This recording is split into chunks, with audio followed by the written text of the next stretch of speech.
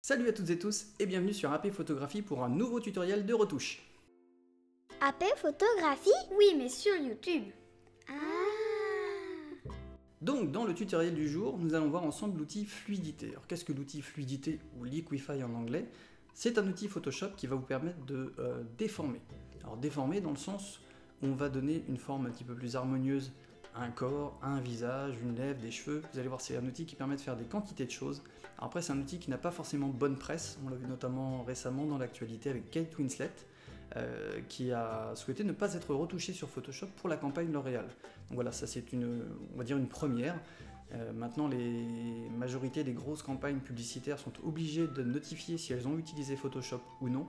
Alors c'est une chose qui n'est pas forcément mauvaise dans la mesure où voilà, ça crée une illusion de perfection corporelle qui n'est pas réaliste. Donc ce qu'on va voir ensemble, c'est comment utiliser à bon escient cet outil, comment l'utiliser correctement pour créer des retouches réalistes, naturelles, qui seraient un petit peu plus flatteuses pour notamment, je pense, si un nez est légèrement déformé, si des cheveux sont trop plats alors que la forme se voulait plutôt arrondie, comment faire un fessier plus arrondi que plat. Donc on va voir ensemble comment utiliser cet outil-là de manière correcte, de manière intelligente, et surtout comment l'utiliser correctement, puisque vous allez voir qu'on peut très facilement basculer dans une mauvaise utilisation de l'outil Fluidité, tout simplement parce qu'on n'aura pas adapté la taille, la pression, l'endroit où on va appliquer cette retouche-là. Donc on va voir ensemble comment l'utiliser correctement. Donc je vous dis à tout de suite pour cet nouvel épisode, ce tutoriel concernant Fluidité. A tout de suite. Bien, nous voici donc sur Photoshop pour le début de ce tutoriel. Alors dans un premier temps, on va ouvrir les images qui nous intéressent, sur lesquelles j'avais déjà fait une sélection. Hop. Donc comme vous pouvez le voir ici, j'en ai un pour les bouches, nez et sourcils, un pour les cheveux, un pour le corps. Donc on va déjà commencer par le plus facile, contrairement à ce que l'on peut penser, c'est celui du corps. Donc ici, un corps à demi-nu, donc pour lequel j'ai pris soin dans un premier temps de masquer les zones pour lesquelles on peut avoir parfois des retours un petit peu critiques. Donc ici, ce que l'on peut constater sur l'image au global, sur les différentes corrections à apporter. Donc on va déjà créer un nouveau calque pour vous montrer un petit peu ce qu'on va avoir comme travail. Donc dans un premier temps, ce que l'on peut voir à l'œil. Ici, on a un fessier qui est légèrement aplati, ici, sur l'extrémité. Donc ça, on va pouvoir, avec l'outil Fluidité, lui redonner un bombé un petit peu plus esthétique, lui redonner une forme un petit peu plus harmonieuse. Ce qu'on a d'autre, on a ici un bout de tissu qui lui fait un angle qui n'est pas forcément très esthétique. Donc ça, l'outil Fluidité va nous permettre de le modifier. On a également ici un petit bout de ventre qui dépasse. C'est pas grand-chose, c'est dû notamment à la cambrure de Marcy ici. Donc voilà, l'outil Fluidité va nous permettre tout simplement de modifier ces aspects-là. Donc c'est pas une transformation drastique de la personne, mais bel et bien une recherche esthétique. Donc il y a vraiment un distinguo à faire entre les deux, entre une transformation de corps et une esthétique. La transformation de corps, c'est si j'avais par exemple aminci davantage ses bras, ou si j'avais vraiment un ventre très creux. Voilà, donc là c'est vraiment purement et simplement de l'esthétique. De ce qu'on peut voir, on a aussi ici une petite bosse, c'est tout simplement une marque du muscle, mais voilà, qui va venir casser l'arrondi et l'esthétisme de la jambe de Marcy. Donc dans un premier temps, ce que l'on va faire, on va tout simplement ouvrir l'outil Fluidité, qui lui s'ouvre avec les commandes Shift et X, ou CTRL Shift et X pour les utilisateurs de Windows, que vous retrouvez également ici, donc Fluidité. Donc l'outil Fluidité ne s'utilise pas tel quel, il y a un certain nombre de réglages à faire que vous pourrez trouver ici, donc en cochant le mode avancé. Ici vous avez les différents modes possibles avec l'outil Fluidité, donc l'outil déformation avant, l'outil reconstruction, l'outil arrondi, l'outil tourbillon, également donc l'outil contraction, l'outil dilatation, et donc différents autres outils, notamment l'outil libération de masque et blocage de masque, dont je vous parlerai juste après. Donc ici, au niveau de l'outil lui-même, au niveau de son réglage, donc en densité, généralement, je reste aux alentours de la moitié, vous pouvez même le baisser un petit peu. Au niveau de la pression, donc c'est bien évidemment la pression du stylet, et la taille, donc c'est vous qui allez la déterminer avec CTRL ALT et gauche et droite pour modifier la taille. Donc, on va agrandir sur les zones qui nous concernent. Donc ici, pour déformer cette partie-là, ou du moins la reformer ou la modifier, on peut grossir ou réduire la taille de l'outil. Donc si j'utilise un outil trop petit, donc par rapport à ici, donc cette zone, c'est toute cette zone-là qu'il va falloir modifier. Si j'utilise un outil trop petit, qu'est-ce qui se passe? Je ne déforme qu'une seule partie, comme ceci. Alors que si, on revient en arrière, si j'utilise un outil adapté, donc légèrement plus grand que ma zone à retoucher, quand je vais retoucher comme ici avec une brève pression, hop, vous voyez, toute la partie se modifie et non pas seulement un petit point.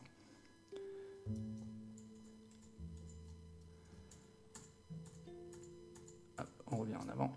Donc encore une fois, si j'utilise un outil trop petit, comme ici, vous voyez, ça ne modifie que cette partie-là. Un outil un petit peu plus grand, ça ne modifie que cette partie-là.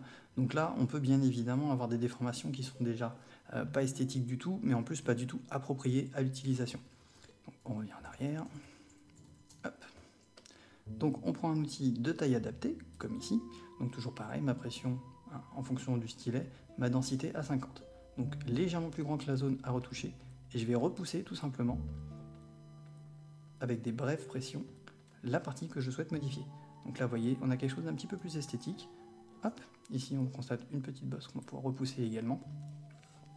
Donc je vous parlais tout à l'heure de la légère bosse que crée le muscle ici, qu'on voit là. Donc là, même chose. On va agrandir un tout petit peu notre outil et repousser légèrement. Voilà, donc là, on a bien quelque chose d'esthétique.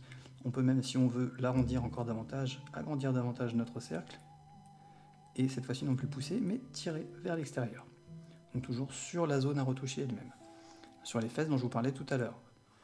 Donc là, comme vous pouvez le voir ici, ça fait un léger angle, qui n'est pas très harmonieux. Si on veut quelque chose de plus esthétique, on va tout simplement remodeler légèrement le bombé des fesses. Voilà, donc toujours pareil, ici on tire légèrement vers l'extérieur. Voilà. Et ici, donc pour ce petit angle créé par la forme du tissu, ici on peut utiliser un outil un petit peu plus petit. On va tout simplement venir repousser ici, voilà, pour continuer cet arrondi-là. Et comme on le voit, le fait d'avoir repoussé légèrement la pointe a créé des bosses. Donc ça, hop, on grandit encore davantage la visualisation. Hop, et on va utiliser un outil plus petit pour reformer quelque chose de plus arrondi. Alors attention quand même, quand vous déformez quelque chose, ça ne déforme pas les ombres et les lumières. Donc je vous le rappelle, les ombres et les lumières vont créer soit une, comment dire, un arrondi, soit un creux, soit une bosse. Donc ici, il faudra également retravailler les ombres et les lumières de manière à ce que ça suive une certaine logique. Parce que vous voyez, l'ombre est restée bosselée, alors que la forme, elle, ne l'est plus. Donc ça, ce sera retravaillé également dans une seconde phase. Là, on va rester sur le tutoriel principal. Ici, donc également, une petite bosse au niveau du tissu qu'on peut bien évidemment soit réduire, soit carrément enlever. Hop. Donc ici, en respectant la forme du dos. Donc là, ça a recréé des petites bosses ici. On va pouvoir également enfermer. Ici, je peux ressortir légèrement la peau de ce côté-là. Hop, voilà. Donc, comme vous pouvez le voir ici, l'avant, l'après. L'avant, donc on a toujours ici cette petite bosse, ici là, au niveau du pli du tissu et du fessier. Et si on réapplique nos modifications, on voit bien le changement. Également ici, au niveau de la cuisse. Donc voilà, en quelques secondes à peine, on arrive à transformer un corps, ou du moins à améliorer son esthétique globale, sans pour autant totalement transformer la personne. Donc là, c'est encore une fois une recherche esthétique. Donc, comme vous avez pu le voir, on adapte toujours la taille de son outil à la zone que l'on souhaite retoucher, en prenant un petit peu plus grand, comme on pourrait faire avec l'outil correcteur par exemple, et c'est ce qui va permettre de modifier l'arrondi, de modifier la forme, de légèrement rentrer une bosse, légèrement sortir un creux. Donc voilà, c'est un outil qui est assez génial pour ça, parce qu'on peut en faire des quantités de choses. Après, le tout est de faire des choses intelligemment. Donc là, on voit a posteriori que j'aurais pu également ici redonner un côté un peu plus rond, un peu plus diffus au coude, Ici, on peut rentrer également légèrement le bras. On va le faire d'ailleurs, tiens, on est là pour ça. Donc là, j'ai pas créé de copie de mon calque au départ, j'aurais dû. Je ne l'ai pas fait, ça m'apprendra. Donc voilà, ici. Voilà, ça, c'est le truc quand on fait avec des personnes qui sont athlétiques, on a forcément des muscles qui sont plus saillants qu'à la normale. Donc ça va toujours prendre en compte, soit au moment de la prise de vue, soit savoir que c'est quelque chose qu'on devra gérer à la retouche. Donc là, vous voyez ici, petit angle du coude, hop, on fait ressortir légèrement. Hop. Ici, donc les cheveux, plutôt enlever les cheveux puisque ça va briser un petit peu l'esthétique du cou, de l'allonger du cou. Donc ça, c'est une chose à faire également par la suite.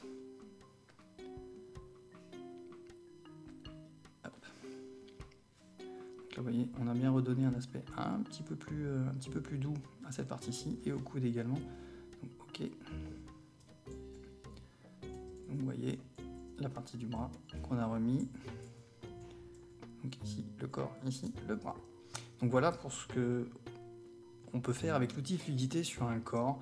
Donc encore une fois, utiliser avec parcimonie, avec intelligence. C'est pas quelque chose à utiliser de manière bourrine et avec un outil qui lui ne sera pas adapté à la taille de ce que vous souhaitez retoucher. Sinon vous allez avoir des résultats qui seront inesthétiques au possible et bien évidemment des résultats qui ne seront tous sauf réalistes.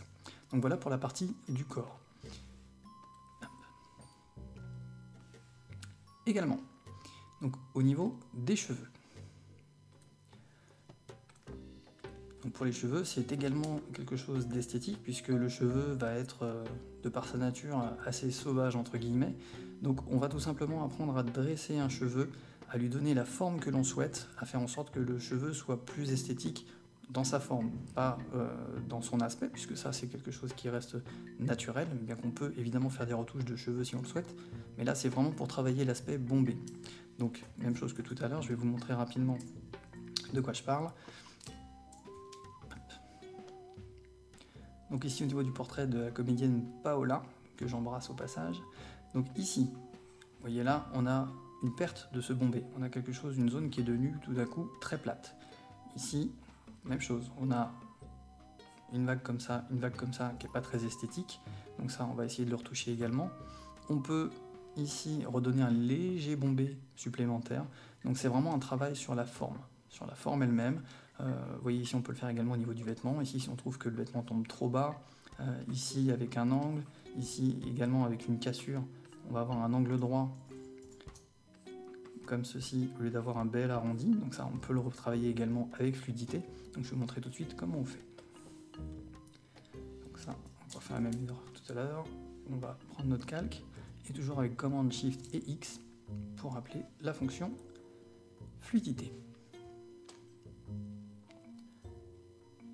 Donc là, même chose que tout à l'heure. On se met légèrement sur l'extérieur. On va venir rebomber légèrement le cheveu en tirant au niveau de son angle. Donc là, même chose. Alors ça vous permet de redonner un côté plus esthétique aux cheveux en globalité, mais également de donner une esthétique davantage poussée à votre image. Donc c'est vraiment quelque chose, c'est selon votre goût, selon vos envies également. Si vous voulez quelque chose de totalement naturel, évidemment l'outil fluidité n'est pas du tout adapté. En revanche, si vous voulez retravailler légèrement une image tout en gardant un aspect naturel, c'est le meilleur outil existant. Donc là, vous voyez, on n'a pas dénaturé le portrait, on n'a pas dénaturé le cheveu, on lui a juste redonné une forme plus esthétique. Donc c'est vraiment une recherche qui est très différente. Donc là, même chose. Hop, ici, on adapte également, donc on va repousser cette petite partie-là. Vous voyez, c'est 3 fois rien, mais ça va jouer énormément sur l'aspect global et esthétique de votre image. Donc là, pareil, ça nous fait un angle droit qui n'est pas très gracieux. Hop, ici, toujours pareil, on tire légèrement sur la forme. Ici, on peut repousser. Donc encore une fois, hein, on peut faire tout et n'importe quoi avec fluidité. C'est un outil qui est tellement puissant en soi qu'on peut en faire tout et n'importe quoi. C'est justement le n'importe quoi qui est le problème. C'est pas le tout, c'est le n'importe quoi. Donc ici, pareil, on va pouvoir redonner un petit peu plus de volume. Hop. Ici, même chose. Alors même si Paola a déjà par défaut une chevelure hallucinante, et bien malgré tout, quand le cheveu se met en place, ça peut amener à des choses qui sont parfois inesthétiques. Même chose ici. Là ici vous pouvez soit ressortir légèrement davantage la boucle, soit tout simplement l'écraser, hein, la remettre là où elle était, ça c'est pas. Les deux sont possibles. Moi j'ai une préférence pour laisser le cheveu avec un aspect vraiment naturel. Là en plus on n'est pas sur un cheveu lisse mais sur un cheveu ondulé voire bouclé. Donc sur un cheveu ondulé voire bouclé, on essaye quand même de garder l'esthétique de la boucle. Ici on peut même reformer la boucle, vous voyez, en tirant légèrement sur la pointe du cheveu. Hop. Donc voilà, là on retrouve bien un joli bombé, quelque chose d'harmonieux, quelque chose de régulier. Ici, je vous en parlais tout à l'heure, on peut redonner un aspect légèrement plus arrondi au manteau pour éviter cet angle qui est un petit peu dur par rapport à l'esthétique douce de l'image. Donc, comme d'habitude, c'est toujours d'adapter votre travail en fonction du besoin et en fonction du souhait également du client si c'est un portrait que vous faites à titre professionnel. Donc, toujours bien valider auprès de votre client son souhait. Donc de toujours faire un travail adapté, de ne pas vous ajouter du travail là où il n'y a pas forcément besoin d'en avoir, et de ne pas avoir à refaire une image alors qu'elle était déjà selon votre goût. Voilà, donc ici on voit bien les modifications. Donc vous voyez au niveau de la manche, ici on a quelque chose d'un petit peu plus esthétique. Au niveau du cheveu ici, également, au niveau du bombé, au niveau du volume, quelque chose de plus esthétique également. Ici, donc j'ai pas arrondi au final, j'ai plutôt respecté la forme du col. Ici, ce cheveu-là également. Alors, évidemment, toutes les retouches que vous faites peuvent être modifiées ou enlevées par le biais des masques et des calques. Ici, vous voyez, si j'ajoute un calque et que je l'inverse, je fais disparaître mes modifications que je peux à volonté faire réapparaître. Donc, ici, si je veux juste cette partie-ci, hop, je vais tout simplement venir repeindre par-dessus mon masque pour faire apparaître la partie qui m'intéresse. Donc là, j'ai uniquement cette partie-là. Là, du coup, j'ai perdu un petit peu de cheveux.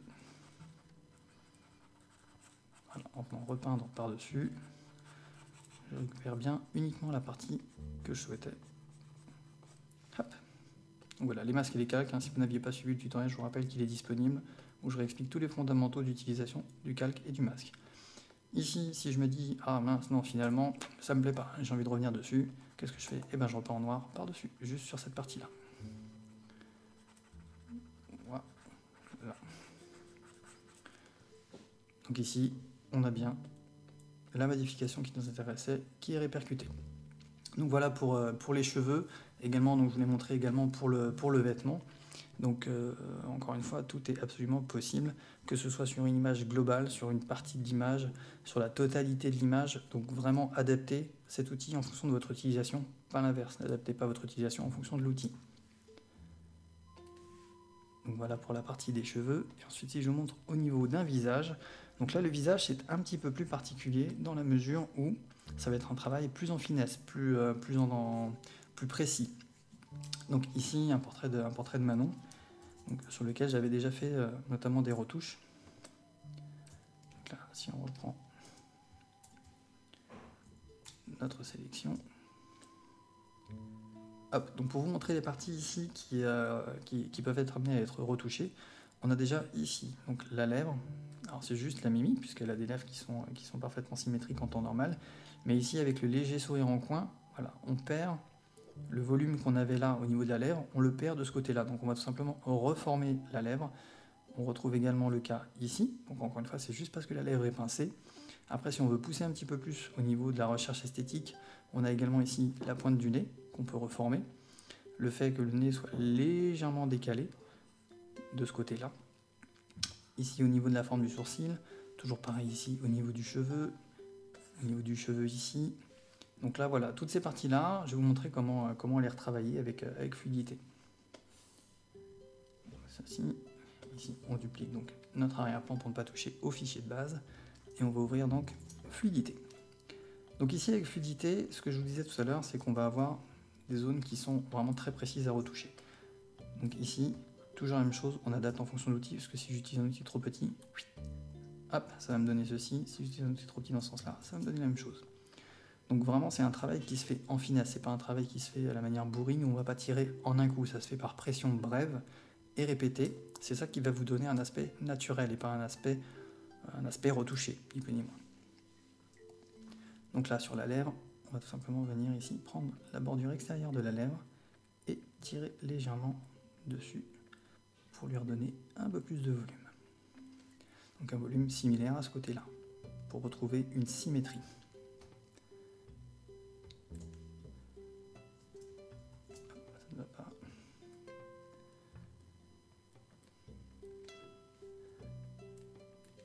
Voilà. Ici, j'adapte également. Donc attention de ne pas vous mettre sur la lèvre elle-même. Si vous mettez sur la lèvre elle-même, ça bouge des deux côtés. Donc là, on prend bien sur la bordure extérieure. Et venir tirer légèrement pour redonner une symétrie.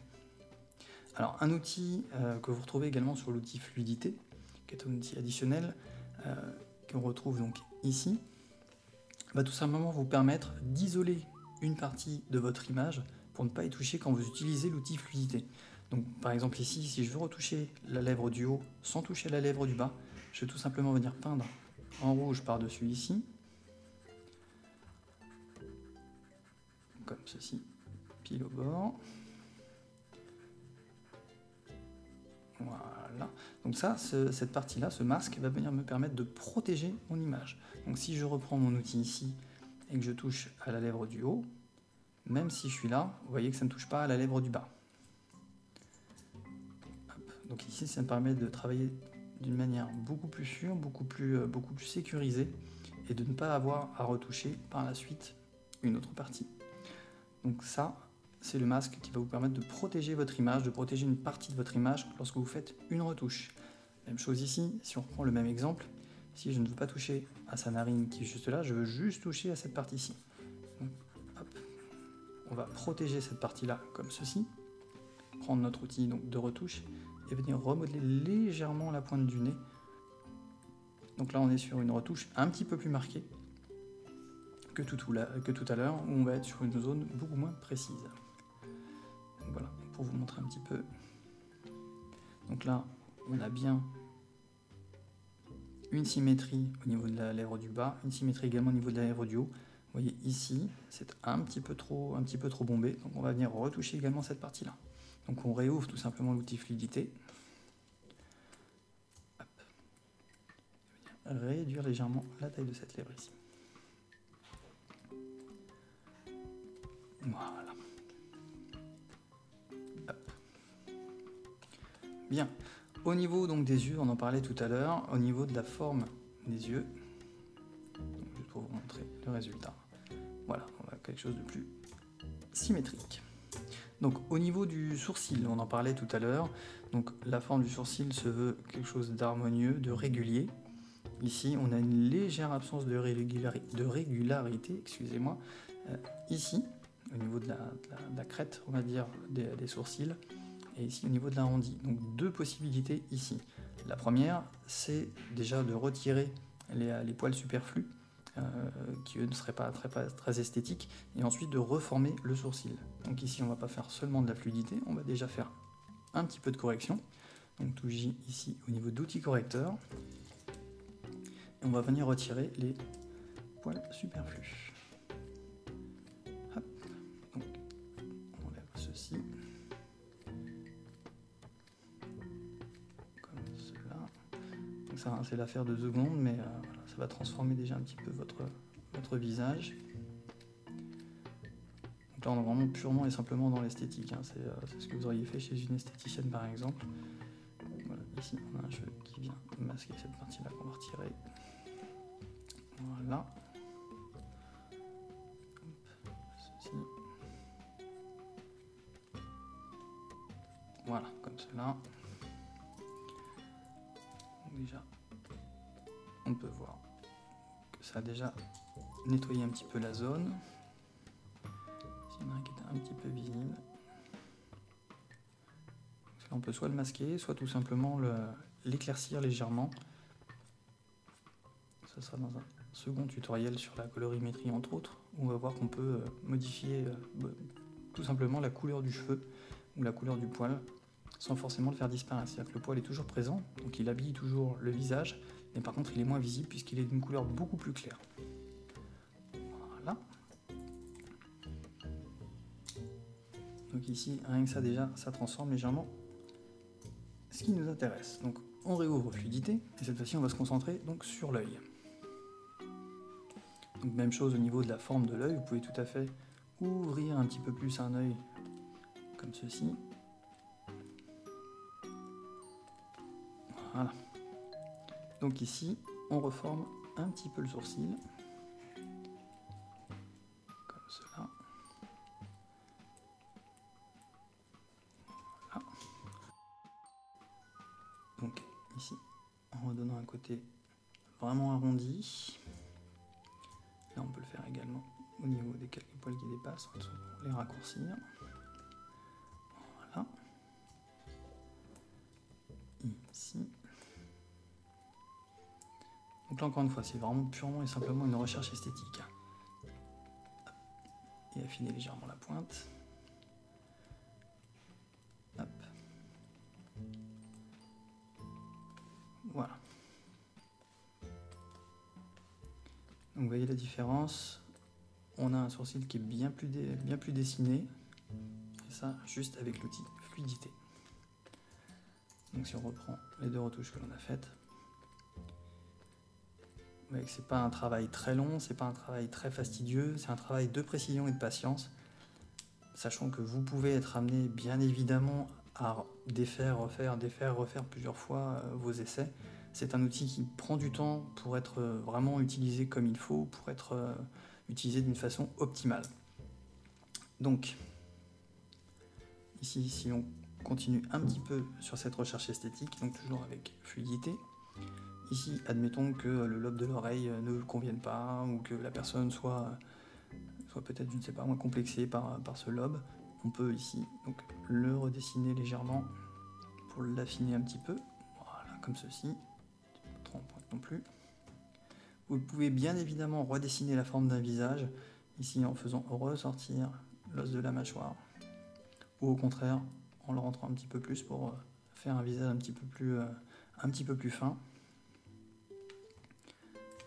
Au niveau du cou, pareil, on va pouvoir, toujours par de brèves pressions, réaffiner légèrement le cou, alors sachant que la longueur du cou va avoir son importance en esthétique, on n'en parle pas forcément souvent, mais plus le cou va être plus long, plus l'esthétique sera visuelle.